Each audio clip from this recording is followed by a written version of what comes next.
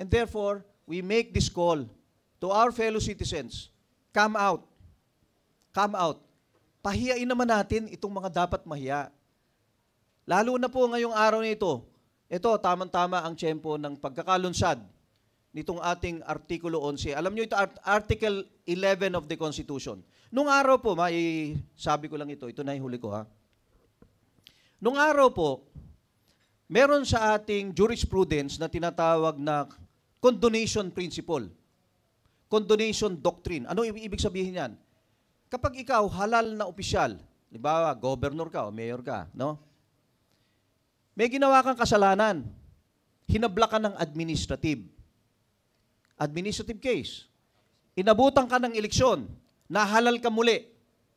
Sabi ng Korte Suprema, sa susunod mong termino, wala ka ng kasalanan. Bakit? Pinatawad ka na ng iyong mga botante.